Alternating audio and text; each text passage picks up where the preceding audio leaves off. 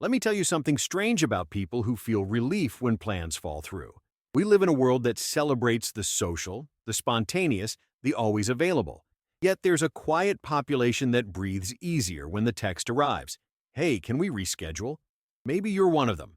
And maybe no one has ever explained why that wave of relief feels so profound, so guilty, so secretly liberating.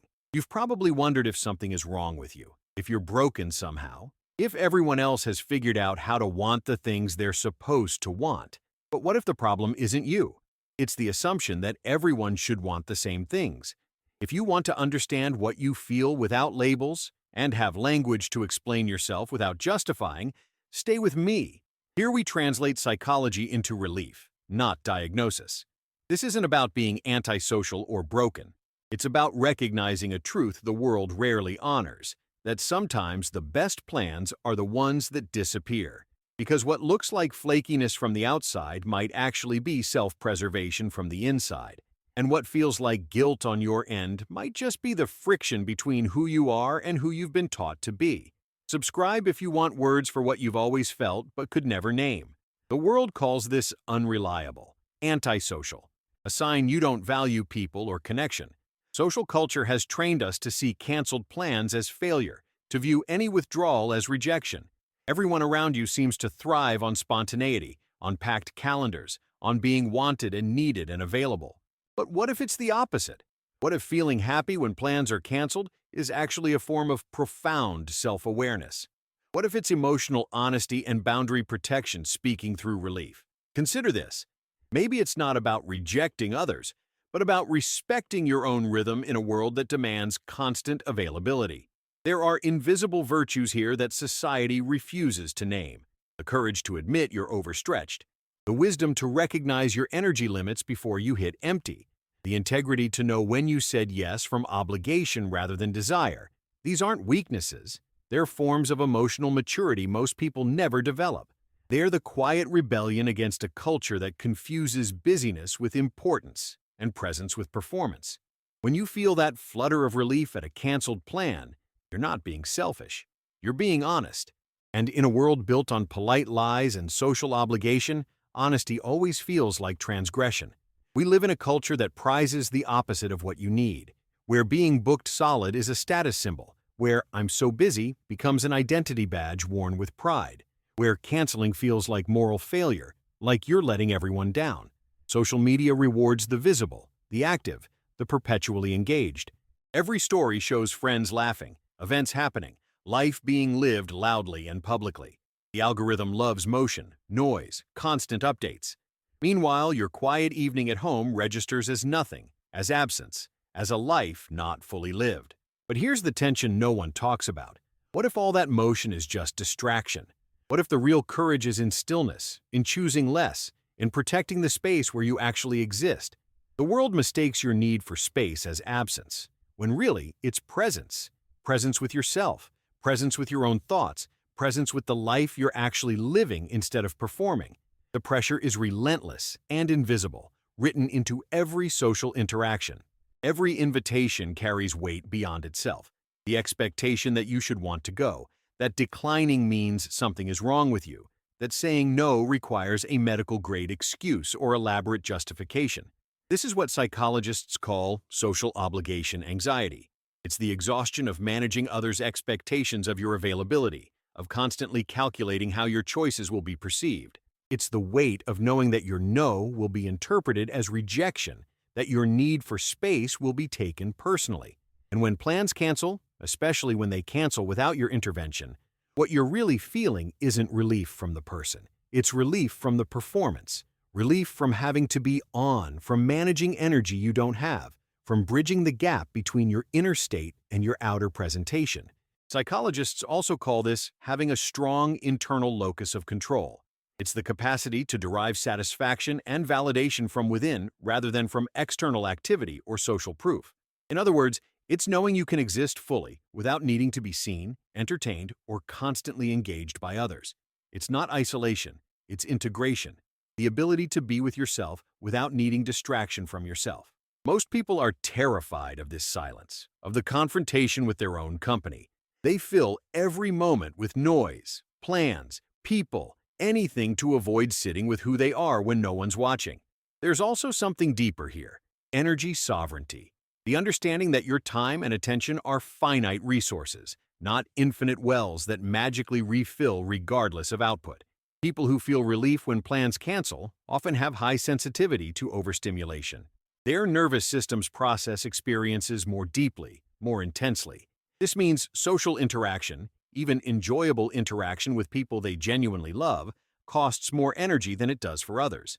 A dinner that leaves someone else feeling energized might leave you needing 2 days of silence to recover.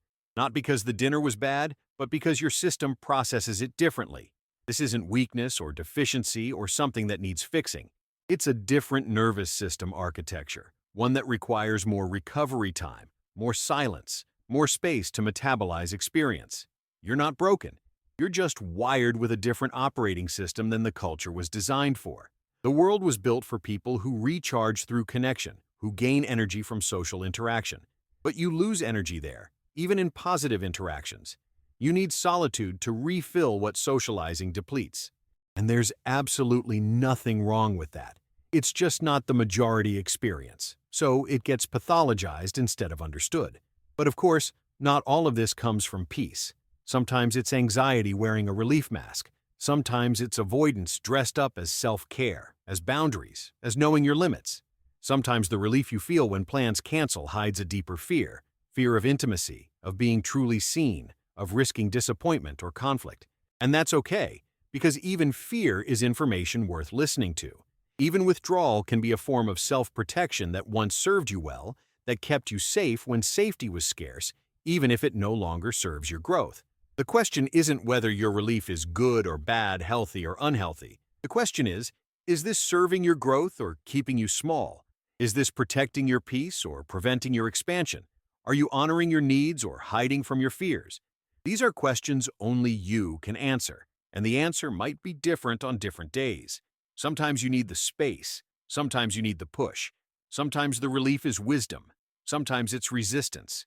Learning to tell the difference, that's the real work. And it requires brutal honesty with yourself about what you're actually feeling beneath the relief. There's also grief hidden in that relief, a mourning you might not even recognize. Grief for the person you thought you should be, the effortlessly social one, the one who never gets tired, the one who lights up at every invitation, the person in the commercials, in the movies, in everyone else's Instagram stories. When plans cancel and you feel relief, part of you might also feel shame, because you're mourning the gap between who you are and who the world told you to be. You're grieving the version of yourself that would make life easier, that would fit the template, that wouldn't require so much explanation or accommodation. But what if that gap is where your authenticity lives? What if the distance between expectation and reality is actually the space where you get to be real? The pressure to be someone else's version of normal has been crushing you, and you didn't even realize it until you felt the weight lift. That relief isn't just about the canceled plan. It's about the momentary release from pretending, from performing, from trying to squeeze yourself into a shape that was never meant to fit you. And that grief, once you acknowledge it, can actually set you free. Here's the reframe that changes everything. Saying yes when you mean no isn't kindness. It's self-abandonment. You're teaching people a version of you that doesn't exist, then resenting them for believing the lie you told. Feeling relief when plans cancel isn't antisocial. It's honesty breaking through the performance you've been maintaining. Needing time alone isn't coldness or rejection. It's how you return to yourself, how you remember who you are beneath all the roles you play for others. The guilt you feel isn't proof you're wrong. It's proof you've internalized a world that doesn't understand your wiring, that you're carrying someone else's values as if they were your own. Avoiding overstimulation isn't avoidance of life. It's nervous system regulation. Preferring fewer, deeper connections isn't shallow. It's intentional intimacy over transactional socializing. Protecting your evening isn't selfish. It's boundary intelligence. The knowing that your capacity to give comes from having something left to give from. And feeling happy when plans fall through isn't rejection of others. It's reclamation of self. These aren't character flaws you need to fix or apologize for. They're design features you've been taught to see as bugs, as glitches in your social programming that need correcting. Avoiding the noise isn't isolation, it's auditory self-care. Staying home isn't giving up. It's choosing yourself. Feeling relief isn't coldness. It's your body finally telling the truth. The world has convinced you that your natural state is somehow wrong, that needing less is a form of failure. But what if less has always been more for you? What if the minimalism you crave in your social life is just as valid as someone else's maximalism? What if your small circle isn't a sign of failure, but a reflection of depth? What if quality over quantity isn't just a cliche, but your actual lived value system? Saying no without guilt isn't rude. It's clarity. Protecting your energy isn't selfish. It's sustainable. Choosing solitude over obligation isn't avoidance. It's alignment. These reframes aren't just words. They're permissions you've been waiting for someone to give you. So here it is. You're allowed. You're allowed to be relieved, allowed to prefer quiet, allowed to need recovery time that others don't need, allowed to structure your life around your actual nervous system instead of someone else's expectations. The permission you've been seeking? You can give it to yourself. Imagine someone who spent years forcing themselves into plans they dreaded, believing that's what connection required. They smiled through exhaustion, said yes from guilt, performed enthusiasm they didn't feel. They wondered why intimacy felt like work, why friendship felt like obligation, why they always felt like they were acting in a play they never auditioned for. Then one day they stopped. They let plans cancel without scrambling to reschedule. They protected their evenings like sacred space, like the last reservoir of themselves they had left. They said no without elaborate excuses, without apologies, without justification. And what they discovered wasn't loneliness. It was clarity, peace, the ability to show up for people from fullness rather than depletion, from choice rather than duty. Their relationships didn't fall apart. They transformed. The friendships that mattered deepened because they were finally present when they showed up. Not just physically there, but emotionally available. And the relationships that faded? Those were built on obligation anyway, on performance and proximity rather than genuine connection. Losing them wasn't loss. It was liberation. Space opened up for relationships that honored their rhythm, their truth, their actual capacity instead of their imagined capacity. Research supports this counterintuitive truth. People with strong boundaries and clear energy management report higher life satisfaction and more authentic relationships. When you stop overextending, you stop resenting. When you honor your limits, you stop disappearing from yourself. When you show up from choice instead of obligation, people feel the difference. The paradox is beautiful. By choosing yourself more, you become more present for others. Not depleted and dutiful, but rested and real. Not there because you should be, but because you want to be.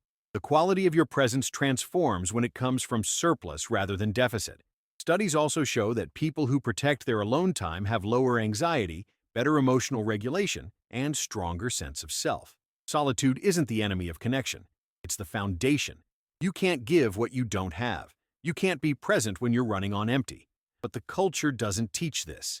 The culture teaches that more is always better, that saying yes is virtuous, that availability equals love. So you override your needs until you're bitter, exhausted, and wondering why connection feels like drowning instead of nourishment. So what does this mean practically in your daily life? It means you can rewrite the script you've been following. When someone invites you out, you can pause and ask yourself, do I actually want this, or do I feel I should want this? That distinction is everything. It's the difference between living your life and performing someone else's idea of what your life should look like. You can say, I'd love to, but I need to check my energy first. Can I let you know tomorrow? You can even say, I care about you, but I need tonight to recharge. Can we find a time when I can be fully present? These aren't rejections. They're invitations to real connection instead of performed connection. This is integration, the practice of aligning what you feel with what you do. It's not about never seeing people or becoming a hermit. It's about seeing them when you have the capacity to actually be there, fully present rather than partially available, giving from overflow rather than scraping the bottom of your reserves. And when plans do cancel, instead of drowning in guilt, you can practice a different response. Gratitude. Gratitude for the reminder that your time is yours, that rest is productive, that you're allowed to exist off stage, that your value isn't measured in social appearances or calendar density or how many people you can squeeze into a week. You can also start naming this for yourself in kinder terms. with language that honors rather than pathologizes. Not "I'm flaky," but "I'm selective with my energy." Not "I'm antisocial," but "I'm intentional about connection." Not "something's wrong with me," but "I have a different rhythm, and that rhythm is valid." Language matters more than we realize. The stories we tell about ourselves become the cages we live in, or the keys that free us. Every time you call yourself flaky, you reinforce the belief that you're failing at some fundamental human requirement. Every time you reframe it as selectivity, you reclaim your agency. Try it. Next time you feel that relief, don't immediately follow it with guilt. Just notice it. "I feel relieved. My body is telling me something true right now." That's it. No judgment, no shame. Just acknowledgement that your system knows what it needs, and sometimes what it needs is space. The more you practice this, the easier it becomes. The neural pathways of self-acceptance grow stronger than the old pathways of self-criticism. You're not reprogramming yourself to be different. You're finally learning to accept who you've always been. And here's what's radical. What might feel impossible at first, you can start letting people know this about you without apologizing for it. "I love spending time with you. I just need lots of recovery time between social things. It's how I'm wired." Most people will understand. Some will even relate. Some will tell you they feel the same way but never had words for it. The ones who don't understand, the ones who take it personally or push back or try to convince you you're wrong, those aren't your people. And that's okay too. Connection built on pretense isn't connection. It's performance anxiety with witnesses. Real intimacy happens when both people can be honest about their needs without fear of judgment or abandonment. You'll find that the right people, your people, will respect this about you. They'll stop taking your need for space as rejection. They'll plan with you in ways that honor your rhythm. They'll check in instead of assuming. They'll understand that your love isn't measured in frequency, but in quality. And the beautiful thing? You'll do the same for them. When you stop betraying yourself to please others, you stop expecting others to betray themselves to please you. Authenticity becomes the foundation instead of the exception, and that's where real connection lives.